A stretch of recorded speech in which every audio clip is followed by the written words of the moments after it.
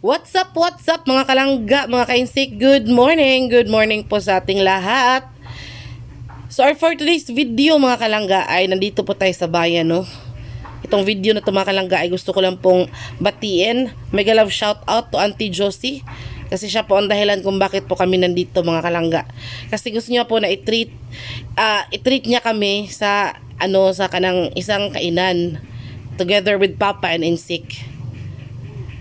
Kaso lang po wala namang masyadong kainan na famous dito sa Katmon, no? Ito lang talaga yung naisip namin since nag-crave din si Papa at si Insik, lalo na po ako ng native chicken mga kalangga, kaya dito namin naisipan na pumunta. Ito po yung kanilang mga putahe. Meron po silang piece by piece na, no, yung mga part ng chicken, may lieg, may paa, may pitso. So yan, piece by piece na nila mga kalangga, pero maliliit yung kanilang hiwa, no. 2 piraso 60 pesos. So naisipan namin ni Insik 2 piraso, maliliit lang. Tapos yung isang buo doon sa gilid, bagong luto daw yun, is 450 pesos pala. 450. Kaya yun, naisipan namin ni Insik na yun na lang. Mabahin pa na natong tulok, sakto-sakto, or palagay ko may pa yan, kanang sobrang-sobra pa nga yung isang buong manok, no. Kasi mga kalangga, yung mga manok kasi ni Papa dito sa bukid, maliliit pa, kaya hindi pa kami nakapagluto ng no. Pero ibang klase din kasi yung native chicken dito sa Katmon mga kalangga, kasi ang sarap talaga ng pagkakaluto nila. Parang mamula-mula ba yung sabaw sa atsuete siguro yun, tapos talagang pinakuluan nila ng napakatagal-tagal yung manok, kaya yung sabaw lasang manok talaga, sarap na sarap, at malalasahan mo talaga yung manok mga kalangga, no. Kaya nag-order na po tayo.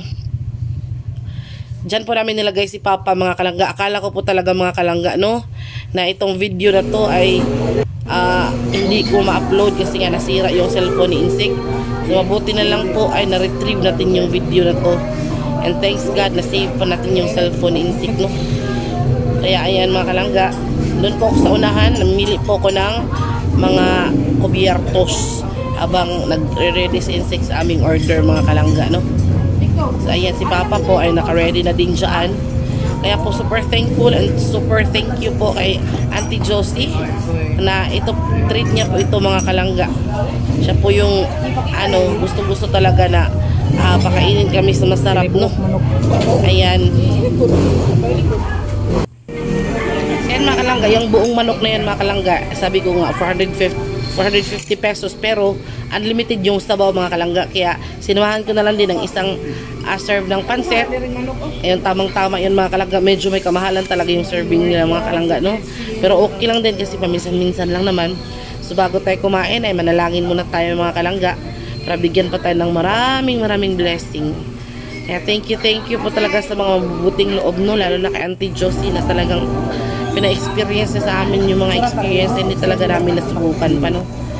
Kaya ayan,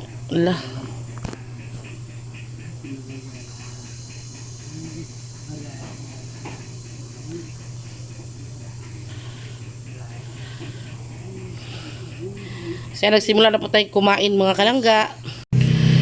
Kapag talaga sabaw yung ulam mga kalangga, no, grabe yung pawis. Tapos hindi namin alam na yung electric fan pala sa harapan namin gumagana pala. Sa huli na talaga yung nalaman namin, no. So isang napakalaking paa po para kay Papa mga kalangga. Kasi ang hirap talagang mag-set up kapag mga kalangga, kapag nasa public place ka, no. Kaya talagang naisipan ko na lang na i-voice over. Kasi po kanang may music din po dyan mga kalangga, no. Kaya voice over na lang muna. Kaya kain tayo mga kalangga. Magsukad na din kayo dyan. Kasi ang sarap po talaga ng sabaw ng native chicken mga kalangga. So ayan, no. So habang kumakain po tayo dyan mga kalangga, gusto ko lang pong i-shout out. Shout out to Ate Yumi Kawi. Shout out to Ma'am Popoy Rufino. And happy birthday po happy 72nd birthday po, Ma'am Popoy. Belated po. And shout out to Ma'am Jessica ng Sulukan, Angat, Bulacan. And also shout out to Ma'am Gigi Mayor from Tondo, Manila. And also shout out to Ma'am Susan Maki Nasrallah Balista from Switzerland. So, ang ganda ng lugar na yan mga kalangga, no? Switzerland. Yung isa sa mga dream country ko mga kalangga kasi napakaganda na, parang nasa bukid ka lang ba? Nasa Katmon ka lang mga kalangga, no? So ayun, thank you so much talaga sa panunood ng marami. To Ma'am Sormali Labaw, hello, good morning po sa inyo. To Ma'am Ami Messer, hello po. To Tita Vivian Mariano, Ma'am Adelina Felicis Ibanez, hello po sa inyo. And shout out to Ma'am Vanessa Bersabal, hello, shout out po. From shout out to Ma'am Paz Antoinette Morados, hello Ma'am Antoinette, kumusta po kayo dyan? And ayun po, thank you so much po talaga sa pagsama sa amin ngayong araw na ito, no?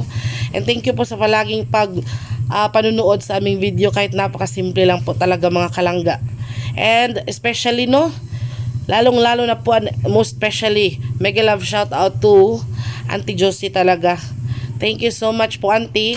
And mag-ingat ka po lagi dyan, lalo na sa panahon ngayon na mainit ang panahon talaga mga kalangga. Sa ibang bansa, mainit po. Kasi summer po ngayon sa kanila, no? Kaya, ayun, gusto ko lang din pong sabihin sa inyo na mag-ingat din po tayo lagi sa panahon ngayon dito sa atin. Lalo na ngayong palaging maulan, mga kalangga. Lalo na yung mga nakatira sa malapit sa dagat, malapit sa sapa, malapit sa ilog. Kaya, palaging, maghanda palagi sa sarili. Maghanda palagi ng pagkain, mga kain kapag may mga ganyang mga unexpected happenings, no? And tubig, flashlight, kandila, and whatsoever, yung mga importante talaga. Mag-ingat po tayong lahat mga kalangga, no? Mag-ingat po lagi. Huwag po tayong pakampante, lalo na kapag umuulan. Kasi yung panahon ngayon, mabilis bumaha. Kita po namin sa mga balita na talagang kaluoy naman talaga ng mga Pilipino lumulusong sa baha. And thank you. And thank you po talaga sa patuloy na nanonood ng Langga Insik Vlog, sa mga ating solid commentor, sa mga nagla-like and mga nag-share ng ating videos. Thank you po talaga, hindi po kayo umalis. So abangan nyo po ang iba po namin mga videos. Ngayon po na medyo naayos na po yung ating temporary kitchen, ay magkakaroon po tayo ng mga cooking videos mga kalangga. So abangan nyo po. And thank you po ulit sa pagsama sa amin ngayong araw na ito, kasi po isa po ito sa wonderful day para sa aming tatlo ni Insik at ni Papa. Sana nga po nandito din si Lucy Love tsaka si Livy, no? Yung para kompleto po talaga tayo, no? Pero busy sila mga kalangga, kaya ayan, kami lang talaga laging tatlo ni Papa. Gusto din po namin siyang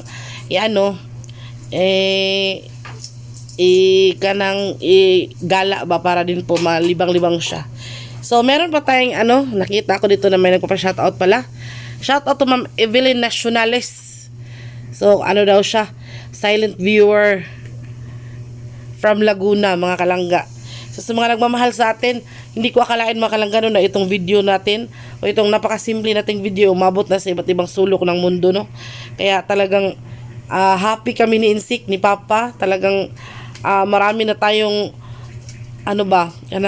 napapasaya, or marami na tayong kasi yung iba kasi mga kalangga, kung kumain ngayon hindi na sabay-sabay, pero para po sa aming pamilya mga kalangga, isa po yun sa pinaka-importante talagang kaugalian na hindi mawala-wala sa amin, no? Sana hindi talaga yun mabago, kasi ibang-iba po kasi mga kalangga kapag sabay-sabay tayong kumain ng pamilya natin, kasi magkakamustahan kayo, lalo na yung mga nangyayari sa araw-araw. Kaya talagang kanang maganda talaga kapag nagkakasabay pa rin kayo kumakain mga kalangga. So pagkatapos po natin kumain mga kalangga, fast forward tayo, dumiretso po tayo sa public market ng Katmon Bago mga kalangga, kasi bilin din po ni Auntie Josie na bumili din po kami ng isda tsaka ng mga gulay mga kalangga, no? Or kahit na anong gustong bilhin na ulam mga kalangga. Kaya naghanap po kami dyan. Bumili po kami ng ulam ni Sphinx. Then, bumili din po kami ng isda mga kalangga. So, yan yung ano namin, yung suki namin na stall mga kalangga. Bumibili kami ng karne dyan. Paminsan-minsan kapag gusto namin kumain ng karne. Ayan, ubusan na pala sila ng, ng liver. Kasi yan yung minsan na pinapakain namin ni Sphinx. Yung chicken liver mga kalangga, lalo na kapag wala siyang gana, no? Kaya dito po kami sa kabilang stall, kasama po ni, kasamahan po nung una namin pinagtanungan. Kaya dito po kami bumili mga kalangga. So madami po talaga ang tinda nitong mga kalangga. Ito yung tinatawag na Katmon Bago. Iba po yung Katmondaan mga kalangga kasi po yun, nasa old market yun. Ito, new market po to ng Katmon Bago mga kalangga, no? So nakabili po tayo ng atay at saka balon-balunan mga kalangga. Hindi po kasi siya pwedeng atay lang lahat, no? Meron ding half na atay, half balon-balunan.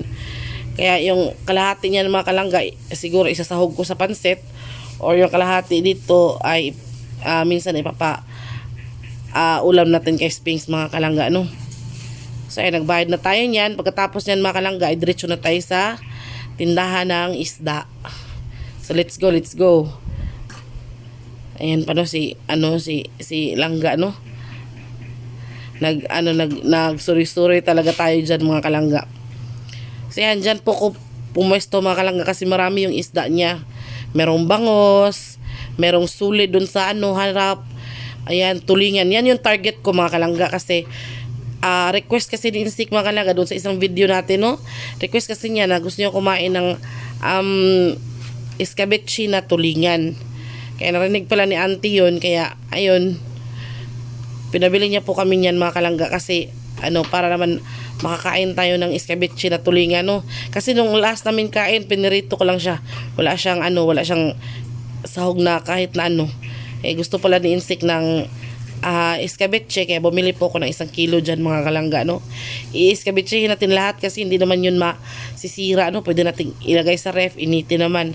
Tapos meron dyang mga iba't ibang klaseng isda, may bangos dyan, kaso lang po may kamahalan, kaya naisipan ko na paminsan-minsan kasi mga kalangga may nagbebenta dito ng isda na naka multicab, medyo mura lang po yung sa kanila, kaya yung tulingan na lang talaga yung binili ko, no? Kasi yun talagang importante na kanang tuyo na ako diha ba. Tapos pagpunta ko sa kabilang stall mga kalangga, may nakita ako ng mga shell, yung tinawag nila sa atin na kanang aninikad ba. O sa amin yun, hindi yun binibenta mga kalangga, kinukuha lang namin yun sa lapihan ba. May nakita din po ako ditong crab, pero medyo mahal siya. Kaya dun sa kabila may nakita akong maliliit na na alimasag ba. Makikita nyo po yan po yung crab, parang na siya kanang, hindi siya ba, basta hindi ko siya nagustuhan, hindi siya maganda sa paningin ko ba, para siyang galit. Kaya yan mga kalangga, no? May nakita akong crab dito mga kalangga, tinatawag siya sa amin na maniit, pero sa kanila mga kalangga, alimasag, alimasag with insect, alimasag daw yun, alimasag, yung maliliit na crab ba. Sa amin kasi mga kalangga, tinatawag siyang maniit. Kasi yung siit niya kasi mabilis siyang maniit ba? Mabilis siyang mangagat. Maliliit pa naman siya. Kaya yun, yung binili ko mga kalangga for 150 pesos. So medyo mura po siya mga kalangga. Yun po yung nakikita ko nyo sa unang vlog ko na nagluto ako ng spicy ginataang alimasag mga kalangga. So ayan na po, nakabili na po tayo. Maya yan, uwi na po tayo mga kalangga. So thank you for watching mga kalangga. Thank you sa pagsama sa amin dito sa aming video for today. Thank you so much and I love you. Babush!